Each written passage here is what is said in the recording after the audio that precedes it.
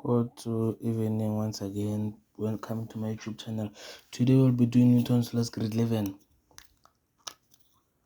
And today we'll be doing introduction. I'm not gonna show you anything. I want us to do introductions only, so that when we are gonna do some calculations, you'll know what to do. You'll know why we are saying this and that. So Newton's laws, basically, it is talking about forces, like the forces that are applied on objects and stuff. So most of the time we use this thing as our weapon, the Cartesian plane, whereby I have the x-axis and the y-axis. Ne? So these are also vectors, because each vectors I don't like them. So yeah, most of the time we use this thing so that we know when the object is going to the left, it is negative.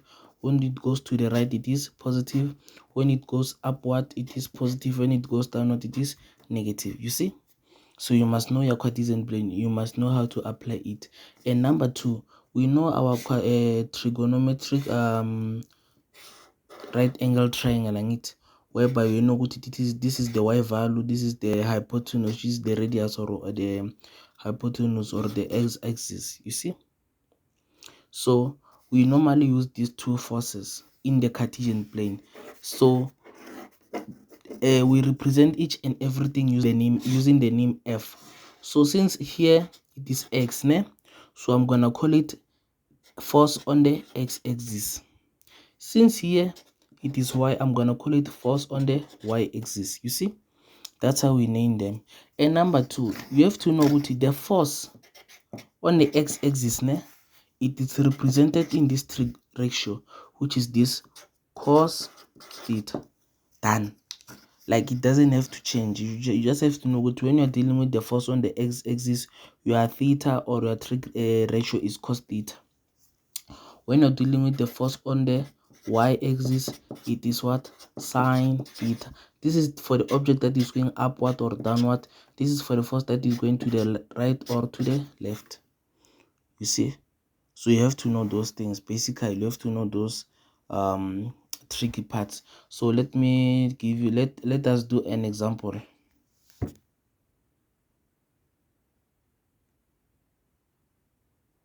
I'm still thinking. So let's just say they give us a, okay, let me check. Yo guys, okay, check guys. Before we go to the example, I want to continue giving you some ideas, ne? So this, the very same f of x, ne, is also called the vertical force. Then the f of y, it is called the, wait, f of x is called the horizontal.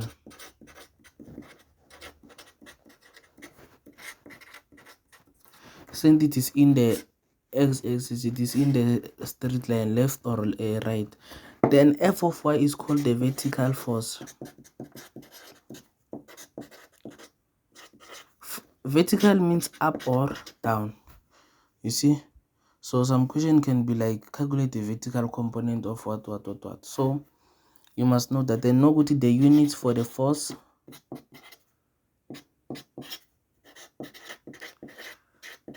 are represented as newtons, which is N. So let's do that example I was telling you about.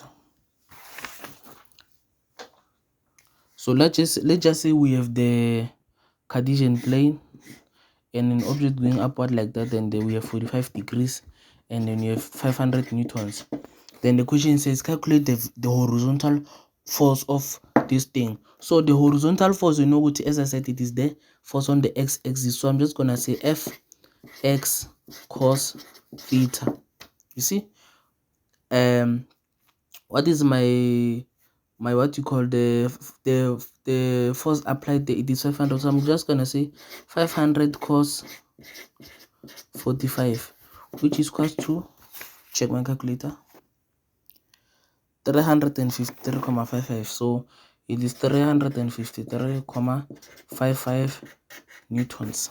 If they say calculate the vertical component of f, or the vertical force Fy is cos theta is equals to 500 cos, wait, Fy sine theta.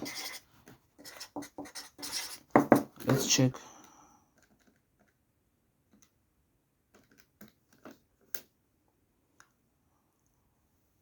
Oh, it gives me the very same answer, so I guess it's the same because it's 500 sine 45, so it's the same answer. So you must be careful when you're doing these things. You must know what on the x-axis it is called f of x, or the vertical force, and then on the y-axis it is called the f of y, or the horizontal force. Okay, so basically here we are doing vectors at the same time we are doing Newton's laws, because I want us to speed up the processes and stuff. So yeah, so let's go again. What I want you to know, I want you to know this thing. It is mostly there in the exam.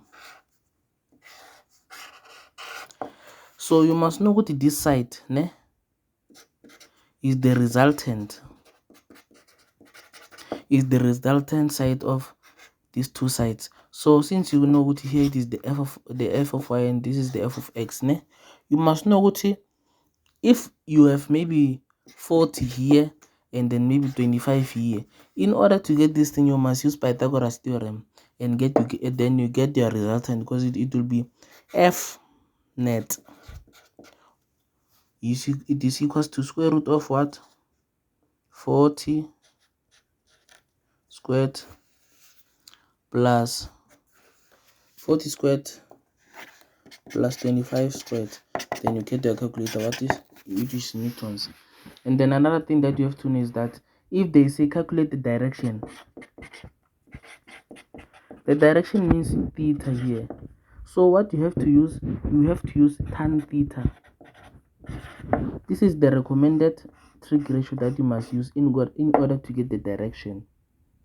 Because if you use above cos theta, what if your answer was wrong here? You see, so it is better to use the provided forces so that you can get your correct value.